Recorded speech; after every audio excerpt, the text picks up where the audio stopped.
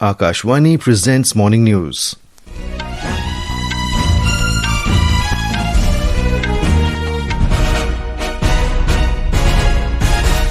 Good morning, I am VC Pramod. The headlines. GST Council unveils next generation GST reforms. Daily essentials to become cheaper. New rates to come into effect from the 22nd of this month. Council approves two-tier rate structure of 5% and 18%. Prime Minister Narendra Modi hails next generation reforms in GST, says it will benefit the common man, farmers, MSMEs, middle class, women and youth. Industry bodies appreciates GST reforms, says it will help in ease of doing business. Prime Minister Modi to hold bilateral meeting with his Singaporean counterpart Lawrence Wong in New Delhi today. Relief and rescue operations continue in flood-hit Punjab, Himachal Pradesh and Jammu Kashmir at war footing. IMD issues heavy rainfall at isolated places in Jammu and Kashmir and Himachal Pradesh today. And in Asia Cup Hockey Championship, second Super 4 stage match between India and South Korea ends in draw at Rajgir, Bihar. The GST Council has approved the rate rationalization with a focus on the common man, labour-intensive industries, farmers and agriculture, health and key drivers of the economy. Briefing media in New Delhi last night, Finance Minister Nirmala Sitharaman said that the goods and services tax on common man and middle class items has been reduced from 18% or 12% to 5%. Rationalizing the indirect tax structure, the GST Council also cut the current 4 slabs down to 2 by scrapping the 12% and 28% rates while retaining the 5% and 18% slabs. We've resolved classification-related issues and we've ensured that there will be stability and predictability about the GST. Rate rationalization, of course, we've reduced the slabs. There shall be only 2 slabs. These reforms have been carried out with a focus on the common man. Every tax levied on common man's daily use items have gone through a rigorous looking into, and in most cases the rates have come down drastically.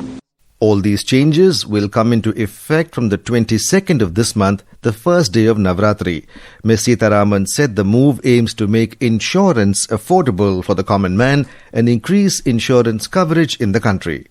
Insurance services from 18% currently will go into 2-3 different categories. Exemption of GST on all individual life insurance policy, whether term life, ULIP or endowment policies and reinsurance thereof. Exemption of GST on all individual health insurance policy, including family floater policies and policies for senior citizens, and reinsurance thereof.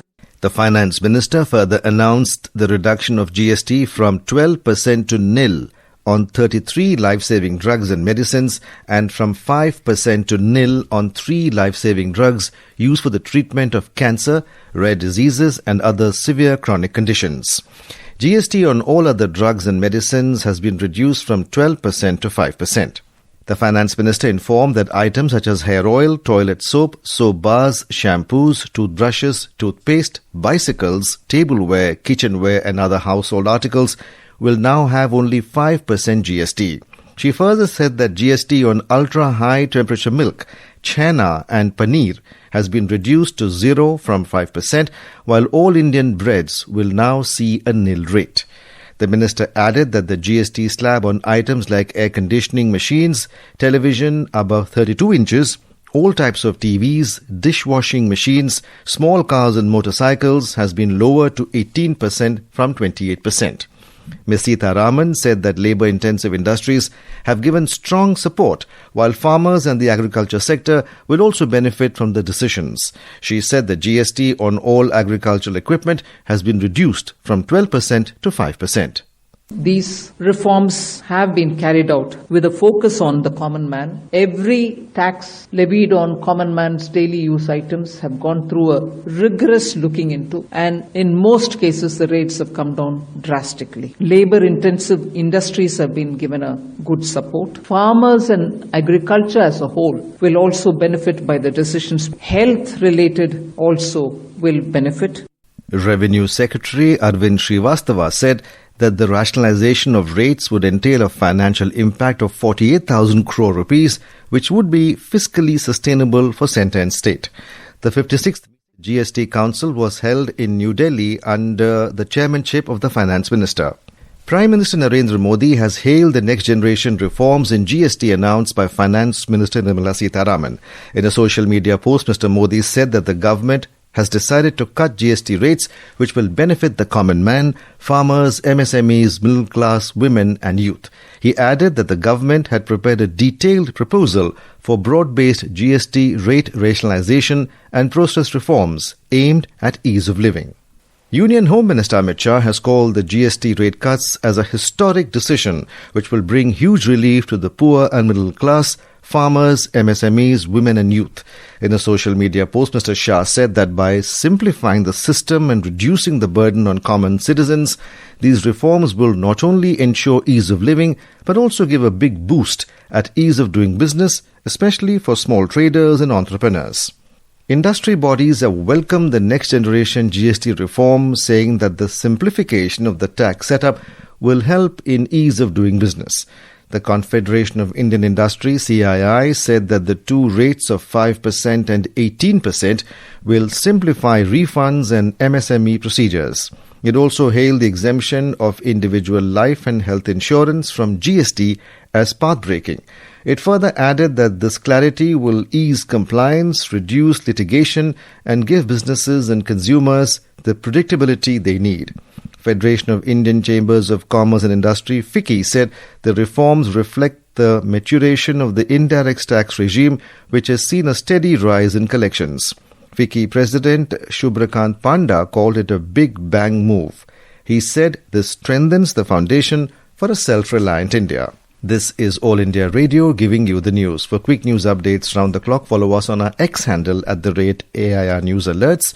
And for details of these stories and more, log on to our website www.newsonair.gov.in and download the News on AIR app. Prime Minister Narendra Modi will meet his Singaporean counterpart Lawrence Wong today in New Delhi to review the robust and multifaceted cooperation between the two nations.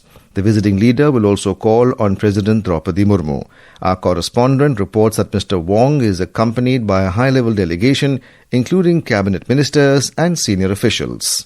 The visit will provide an opportunity for both Prime Ministers to review the robust and multifaceted cooperation between the two nations, setting the path for future collaborations. The two Prime Ministers will also engage on regional and international issues of mutual interest. External Affairs Minister Dr. S. Jaishankar and other dignitaries are also scheduled to call on Prime Minister Wong. The External Affairs Ministry said that this visit coincides with the 60th anniversary of India-Singapore diplomatic relations and reaffirms the continued commitment of both countries to further strengthen this partnership. The ministry highlighted that Singapore is an important partner for India, including in the Act East policy, and the bilateral ties between the two nations were elevated to a comprehensive strategic partnership during Prime Minister Modi's Singapore visit in September last year. Adarsh for Akashvani News, Delhi.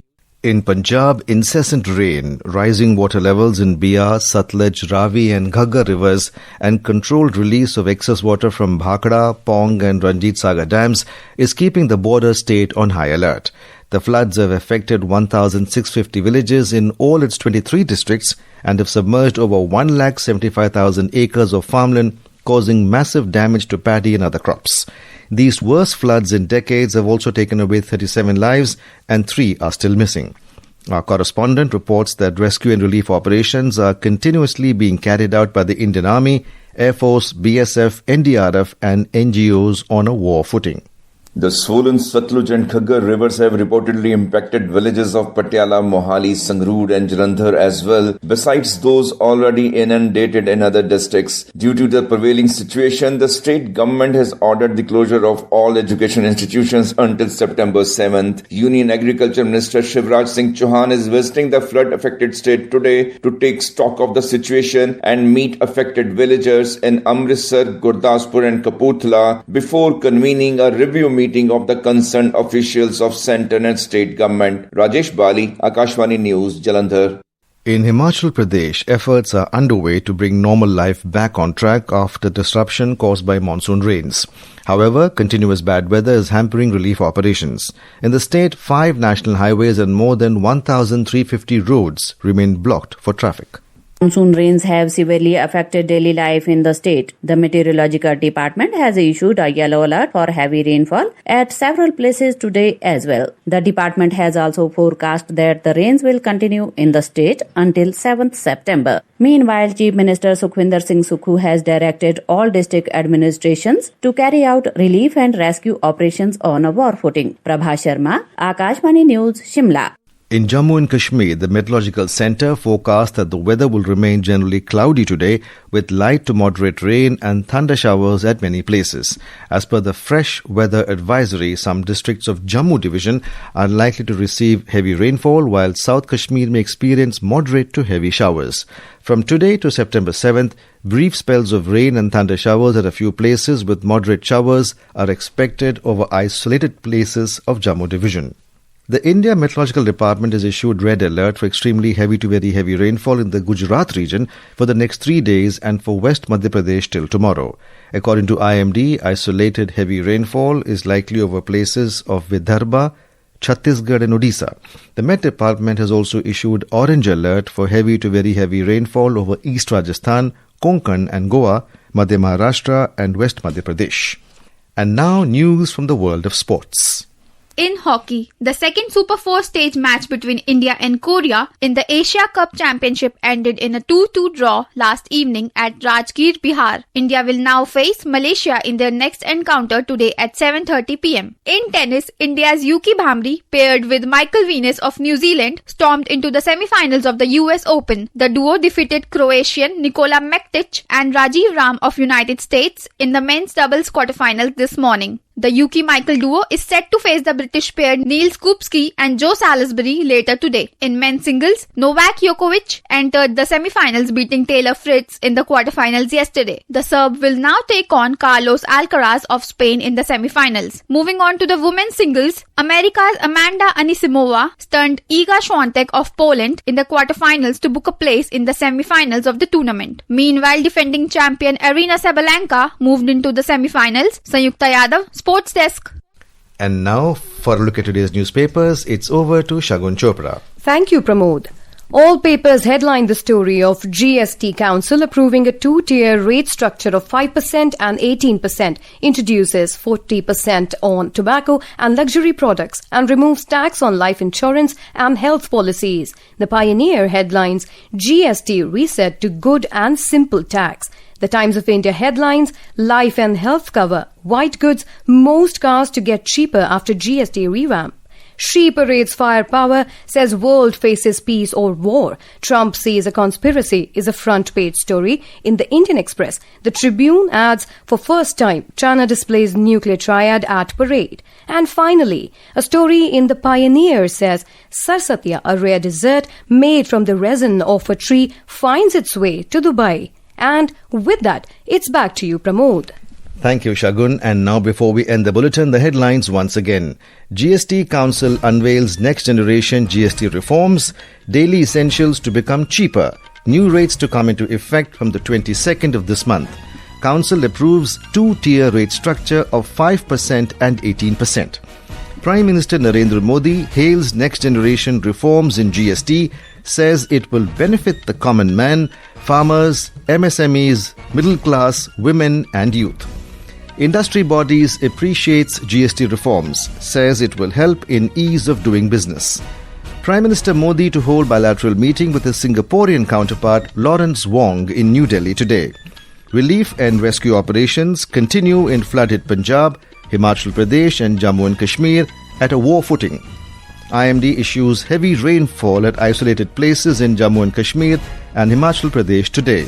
And in Asia Cup Hockey Championship, second Super 4 stage match between India and Korea ends in a draw at Rajgir, Bihar.